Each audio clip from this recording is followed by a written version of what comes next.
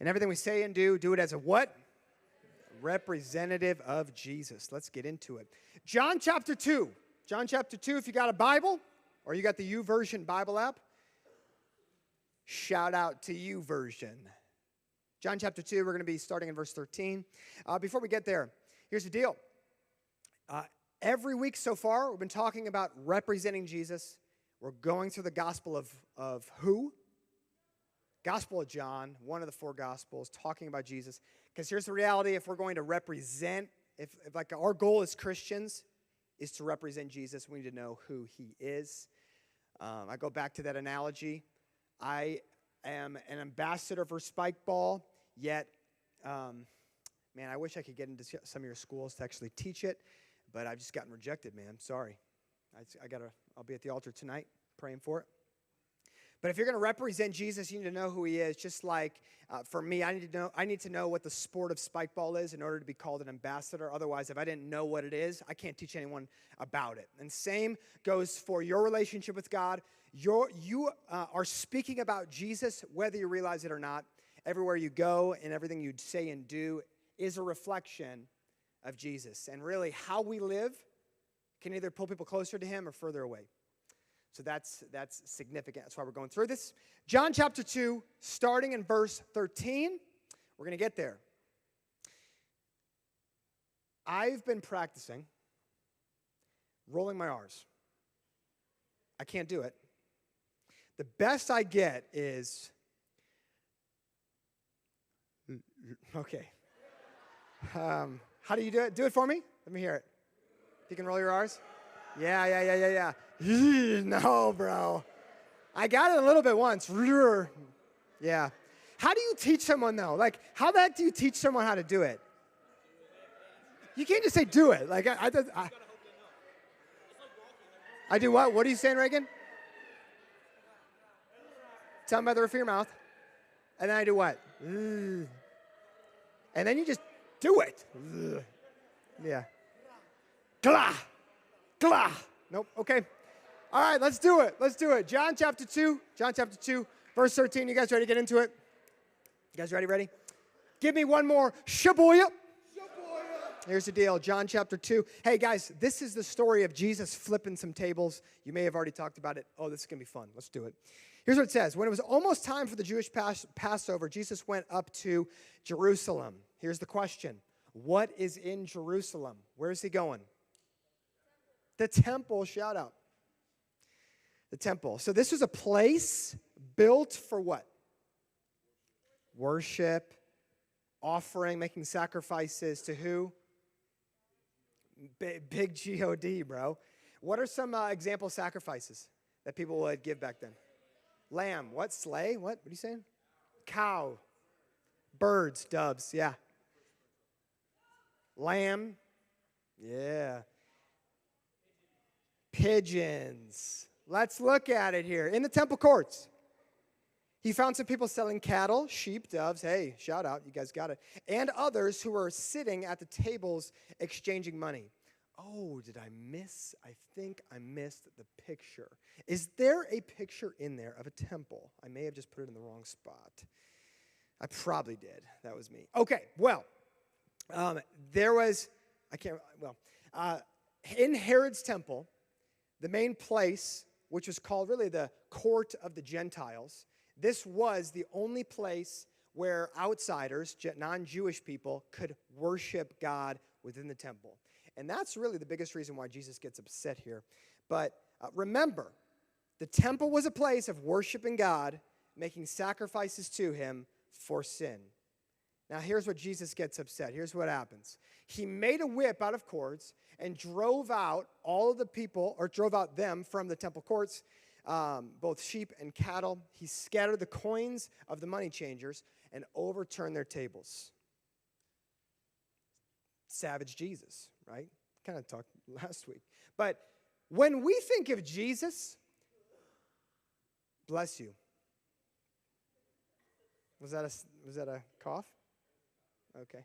Bless you anyways. Double bless for Oscar.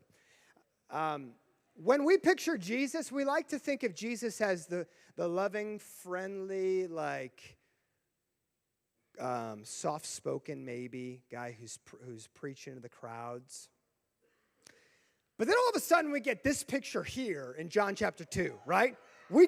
That's right. Like first we get I'm sorry, I missed oh man, I went back farther than I should have. Thank you very much. This is like the Lamb of God, and this is the Lion of Judah. You know what I'm saying? But this is an interesting picture because we don't often think about this moment. Jesus with a whip, flipping tables in the temple. But we need to learn about this moment. Why? Because whenever Jesus gets upset about something, God is upset about something, it should upset us too, right? And so that's why we're talking about this specifically. Here's the context of the story. Pilgrims, so people who would travel to the temple, would come from all over and needed to offer sacrifices to God for their sin. Old Testament law, that's no longer, again, Jesus is a sacrifice for us. We no longer need to sacrifice animals or things to God. So instead of traveling with animals over think about it. People would travel for long distances. Instead of like dragging along this or like trying to like stuff the doves under the shirt, right? There were people there who would sell or these would be bought on site. Sacrifices would be bought on site at the temple. And the money changers here were there to exchange foreign currency. Okay, you guys ever been to a different country before? Had to do a little currency exchange? Yeah, that's like me. I've been, yeah. So you know what I'm talking about. Money changers were there for the exchanging of foreign currency. So what they were doing, I think it's important to know here, what they were doing was not inherently bad. However, the people there were being unfair in their selling and exchanging for the sacrifices. So these people were price gouging, and also the people that would bring, like again, if you were to bring a lamb, it was to be an unblemished, spotless lamb. And so there would be people who would bring that, but then there would be people selling, saying, hey, your lamb is not good enough, and so buy mine here. And so again, exploitation, and especially even for the people who were poor tended to buy doves that were cheaper, and people who were more wealthy bought larger animals. Now, you know what's really interesting about this verse that most people skip past is that he made a whip out of cords. Like this was a premeditated, intentional, deliberate, not a blind rage from Jesus, but it was intentional here. Why? Because this area became a place of personal profit instead of a place of worship. And Jesus was protecting a sacred place. Again, what was the reason for why people would come to the temple? To worship, connect with God, make sacrifices to him. And the fact that they were doing this in a location where the non-Jews, the Gentiles, the outsiders, the fact that that was happening there, so these people were preventing other people from worshiping God or making sacrifices to him. Jesus has a problem with that. He made a whip out of cords. And why is that important? Because in life, we protect what is sacred to us. In life, we protect what is sacred, what is valuable to us. And we can see from Jesus that what is valuable and what is sacred is connection with God. And when we're prevented from doing that or prevent other people from doing that, God gets upset. And really, there is a tension between the love of God and the anger of God. Because we need to love what he loves, but also hate what he hates. God doesn't hate people, but he hates sin. He hates anything that's going to block us from him or block a connection to him. We protect what's sacred. Think about it. You guys have any locks on your front or back door at home? Anybody lock the front or back door before you go to bed? Yeah. Hey, shout out real quick. those who didn't, I think I've shared this before. We've got probably 27 locks on our doors because, hey, this is for realsies, guys. We got to be safe in our neighborhood, huh? People thinking we're living in the ghetto, and I Avenue and 11th Street, don't think so, but Kelly made sure that we installed these extra front and back door, what are they called? Locks. And you guys know what a dowel is? This little piece of wood. In our back door, we got a sliding glass door, which already locks, right? I would think that that's enough. Apparently, it's not. This piece of wood is placed intentionally. Hey, it's placed intentionally in that doorway for any intruders. Because Kelly was on binge watching TikTok one time, and she was looking at how there were some intruders who got in from sliding doors. Am I right? Am I right? Sliding glass doors, bro. They'll get you. They'll get you. Nobody can come in with that dowel, bro. They're trying to get us. That dowel has protected us. We protect what's sacred to us. We lock our houses. We lock our cars. We put passcodes on our phone. Which, by the way, Elijah, can I borrow your phone? Is that okay? Thank you. Give it up for Elijah, everybody. We put passcodes on our phone because we protect what is valuable, sacred to us. Elijah, would you be comfortable giving me your passcode? Here, I'll have you type it in. Okay, thank you very much. Now, Elijah, would you be comfortable if I read out loud the last 5 text conversations to everybody? You would be comfortable? Some of them are like,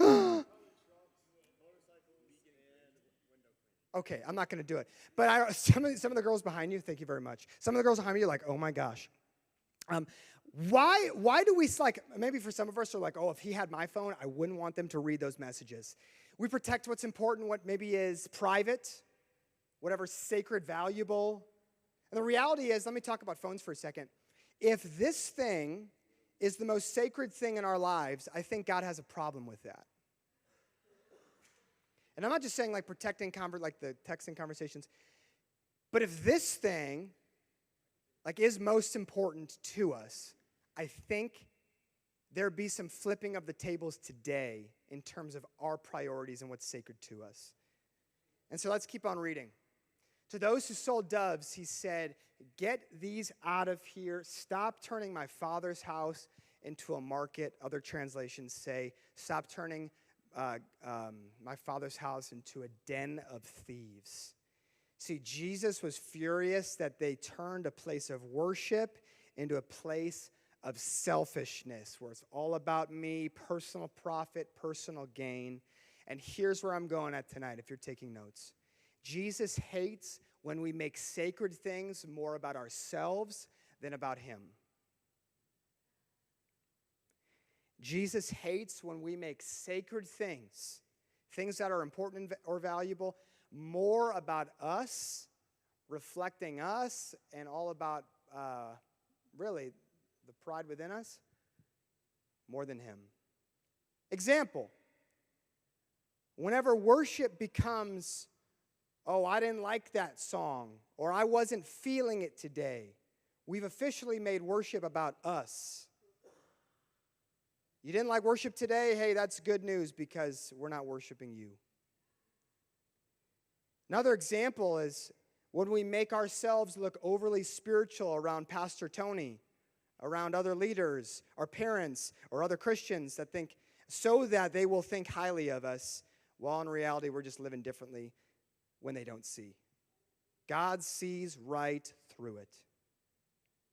You can fool me.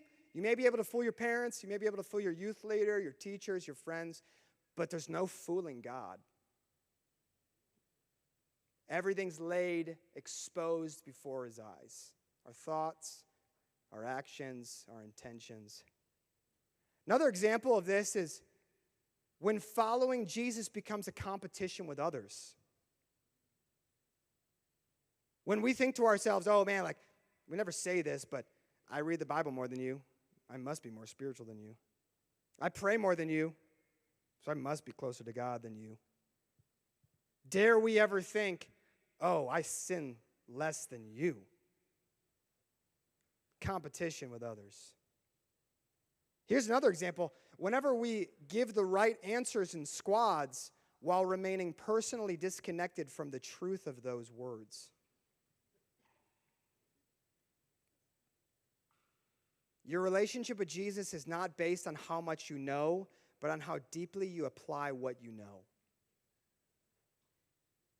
You could be spitting off the best, like, Sunday school answers, but if it comes from an empty place, it means nothing. Jesus hates when we make sacred things more about ourselves than about him. And remember the temple? The temple's purpose was to connect with God, but people turned it into something about themselves. We're no different today. Here's my question. Where in our lives have we turned focus on God to focus on self? Where in our lives have we turned from worshiping God to now, look at me. Did you see what I did? Did you see what I accomplished? Did you see how better I am than they are? Did you see that post? Did you see fill in the blank? We make it more about ourselves than about him. See, my prayer for this year, when I talk about representing Jesus, is that you would have such a depth in your personal time with him that you can't help but reflect other people. You can't help but make things about the goodness of God. Like, man, I got on this team. I got this position at work, at school. And guess what, man? I'm doing it not so that my name is known, but I'm doing it to be a representative of Jesus in a dark place. Like, what if that was our callings? To be representatives of Jesus in whatever you're doing. I could easily make this message be like, all right, quit everything, bro, and come into the church 24/7 and screw everything else, bro. Like, just be here morning to night. And that's not helpful. It's like God's given you talents, abilities, and things for a reason so that you can be the light in those places. It's like, do you think you're on that team just so that you can play the sport, just so that you can sound good, just so you can get a better voice? What if you were there to pull people to Jesus? And like, man, something is different about you. What is it? Jesus, not me. It's him. Where in our lives have we turned focus on God to focus on self? Here's the trap, I'd say one of the biggest traps for your generation. You see these shirts over here, the camo and the white one? What do those three shirts say, the three words? Seen, loved, and valued, right? For those who've been around at youth for a while, you've heard me say that, right? That you're seen, loved, and valued by God, right? And you can't see the little text under there in the Hebrews verse. That's what it's talking about. The seduction for your generation, though, is that you'd be seen, loved, and valued by people instead of God. Like by this room. As long as that girl or that guy sees me, as long as I get validation from them, as long as you fill in that blank, then I am validated. I'm seen, I'm loved. As long as people do that, I'm good. And it's a dangerous place to be. All of us are there. But it's how do we instead care more about being seen, loved, and valued by the one who created us? Easier said than done, but I think it's a trap because people were not designed to give you the validation you're looking for. And it's like, man, what are we trying to trade for our like relationship with God? It's like, oh, well, I'll trade my virginity to this person so long as I get validated from them. Or like, I really want to get on the team, so when I get on the team, I'm going to be silent about my faith and never talk about it because I care more about the validation of the other people that I'm playing or participating with. Like, what's the trade?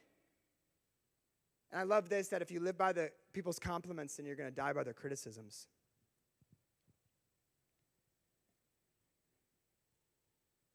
If you live by other people's compliments and praises and validation, And as long as my boyfriend says this, as long as even my parents say this, as long as I'm validated by people's compliments, guess what? You'll also die by their criticisms. And I've heard this a lot in like the ministry field, right? Because in a field like this, you see a lot of fruit, spiritual fruit. You see a lot of, there are people who will validate things you say, whatever. And it's a constant reminder for me and for those, like, especially on church staff, this is not about me. Like God could have chosen anyone to be in this role. It's not about me. I'm supposed to be faithful for where I'm at. God, I know that you say I'm a son of you. That should be all that matters. I love Jesus says this, Matthew 16. What do you benefit if you gain the whole world but lose your own soul? What do you benefit if you gain the whole world, you gain success, you gain popularity, you finally, like, you make it into that friend group, hey, you finally reach that GPA, you do all these things, but then if you lose your soul, you lose your relationship with God in the meantime, the following verse says, is anything worth more than your soul? Is anything worth more than your relationship with God? It's like sometimes, like in school, with friends, at work, at home, whatever. It's like we'll offer up our relationship with anything else that gives us pleasure. It's like I'll feel good about this, so it's like, yeah, sure, my relationship with God, I'll pick it back up on Wednesday, but like for right now, Friday night, I'm good. What do we benefit from that? When I was in, I think it was my last year of college in Springfield, Missouri, I bought a $50 hoverboard I think it was from Walmart. And they were pretty cool. I think when did hoverboards even come out? Didn't you know?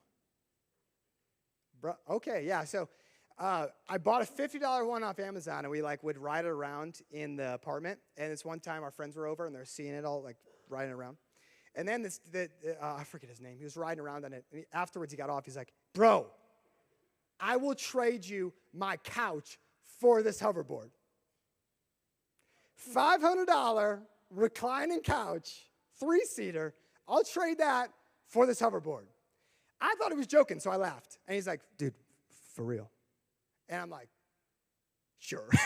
And stupid trade.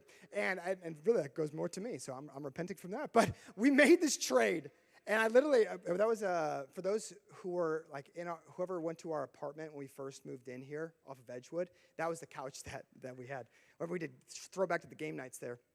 But I thought to myself, I'm like, maybe he just didn't want to remove it. It was close to the end of the semester, and he's like, whatever. Regardless, I just thought to myself, what kind of trade was that? And here's the deal. Why are you talking about this? Because the worst trade in the world is when a Christian trades anything for their relationship with God.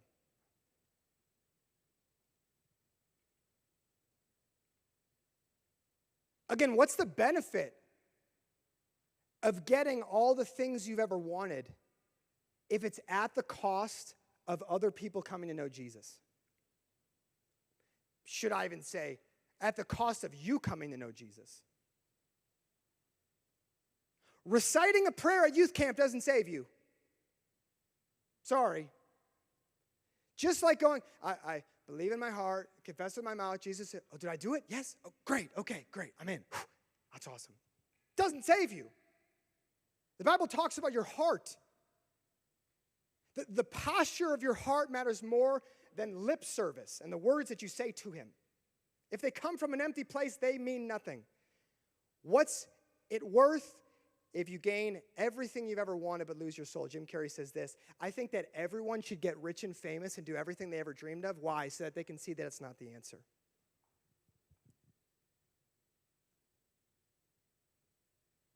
He gave this at a college commencement speech. And I'm sure for some of those who are those people in there ready to conquer the world, they're like, woo, I got a lot of things and dreams and I want to be famous. And you see that it's not the answer. Cal, you can come up. I'm wrapping up. Here's my question for you tonight. If Jesus were to walk into your life today, what tables would he flip?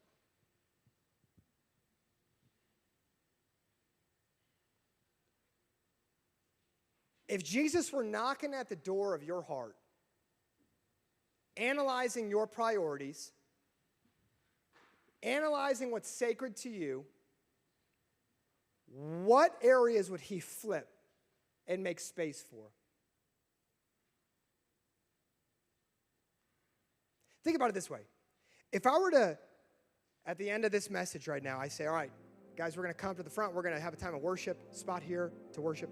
There's nothing significant about this space. We call this like an altar space. Nothing significant about this place, like the location. You can worship God anywhere. But if I was like, hey, guys, come on up, but then this place was filled with all sorts of tables, you wouldn't be able to come up. Right? So think about this story. Jesus walks into the temple and clears space. Why? So that people can worship again, connect with God again. And at least for me, I'm just being challenged this week especially on, Tony, when or how often do I just make things about me? Do I make myself known? I want people to see my good intentions, good actions, whatever, instead of saying, God, whatever you place in front of me, wherever you take me, whoever I'm talking with, would I not go, hey, here I am? Would I go, hey, there you are? Like, do I genuinely believe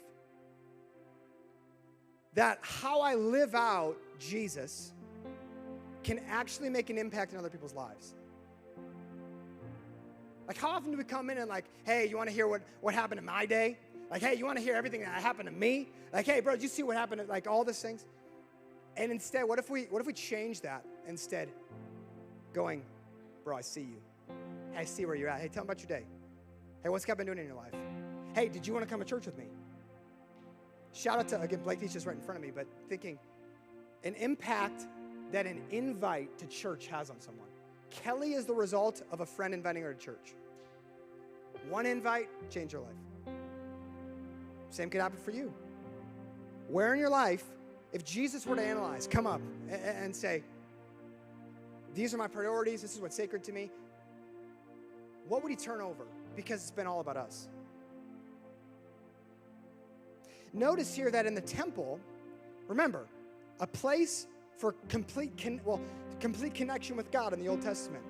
But then if you think about it, it was created for this, but over time, selfish ambition crept in.